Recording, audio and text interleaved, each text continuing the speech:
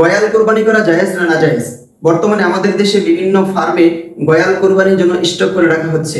বিশেষ করে চট্টগ্রাম অঞ্চলে গয়ালের খুব চাহিদা।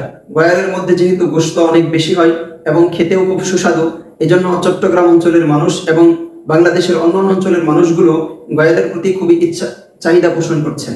কাজেই গয়াল কোরবানি জায়েজ না নাজায়েজ এই বিষয়টি আমাদের পরিষ্কারভাবে জানতে হবে। প্রিয় ভাইয়েরা, রাসূল করিম সাল্লাল্লাহু আলাইহি ওয়াসাল্লাম কেবল 6 প্রজাতির প্রাণীকে কুরবানি করতে বৈধ বলেছেন। উট, গরু, মহিষ, বকরি, ভেড়া, দুম্বা, এই 6 প্রজাতির প্রাণী হওয়া যেমন শর্ত, ঠিক তেমনি ভাবে এই প্রাণীগুলো গৃহপালিত হওয়া শর্ত। রাসূল করিম সাল্লাল্লাহু আলাইহি ওয়াসাল্লাম থেকে এমন কোনো প্রমাণ পাওয়া যায় না যে তিনি গৃহপালিত ব্যতীত কোনো বন্য পশু কখনো কুরবানি করেছেন। কাজেই কুরবানির জন্য গৃহপালিত পশু হওয়া শর্ত। যেমনিভাবে শর্ত এই 6 প্রজাতির পশু হওয়া। কাজেই কুরবানির জন্য এই 6 প্রজাতির প্রাণী হওয়া যেমনিভাবে শর্ত, ঠিক তেমনিভাবে গৃহপালিত হওয়া শর্ত।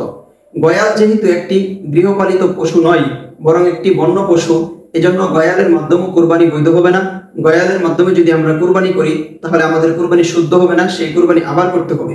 কাজেই শুধু গয়াল নয়, বরং উট যদি বন্য হয়, গরুও যদি বন্য হয়, মহিষও যদি বন্য মহিষ হয়, বেড়াও যদি বন্য বেড়া হয়, বকরিও যদি বন্য বকরি হয়, অথবা দুম্বাও যদি বন্য দুম্বা হয়, সেক্ষেত্রে এই 6 প্রকার প্রাণী দিয়েও কুরবানি বৈধ হবে না যদি গৃহপালিত না হয়ে বন্য পশু হয়। কাজেই বিষয়টি আমাদের কাছে পরিষ্কার হয়ে গেল যে বন্য পশু দিয়ে কুরবানি বৈধ নয়, যদিও সেই পশুটি বিলকুল খাওয়া হালাল হয়।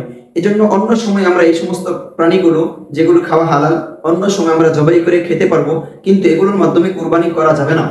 এই ব্যাপারে ফিকহে হানাফির বিখ্যাত কিতাব ফতোয়া হিন্দিয়ার 5 নম্বর খণ্ডের 297 পৃষ্ঠায় এসেছে, ওয়ালা ইয়াজুজু ফিল আদাহি শাইউন মিনাল ওয়াহশি, অর্থাৎ বন্য কোনো প্রাণী দিয়ে কুরবানি করা জায়েজ নয়।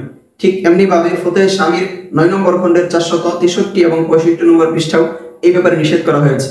কাজেই আমাদের কাছে বিষয়টি একেবারে স্পষ্ট হয়ে গেল, কোনো বন্য প্রাণী দিয়ে কুরবানি করা বৈধ হবে না, যদিও বন্য প্রাণী খাওয়া বৈধ। অতএব গয়াল হোক, হরিণ হোক, অথবা অন্য কোনো প্রাণী হোক, এই সমস্ত প্রাণী দিয়ে কুরবানি বৈধ নয়। আল্লাহ তাআলা আমাদেরকে বিষয়টি সঠিকভাবে বোঝার এবং গ্রহণ করার তৌফিক দান করেন। আসসালামু আলাইকুম ওয়া রাহমাতুল্লাহ।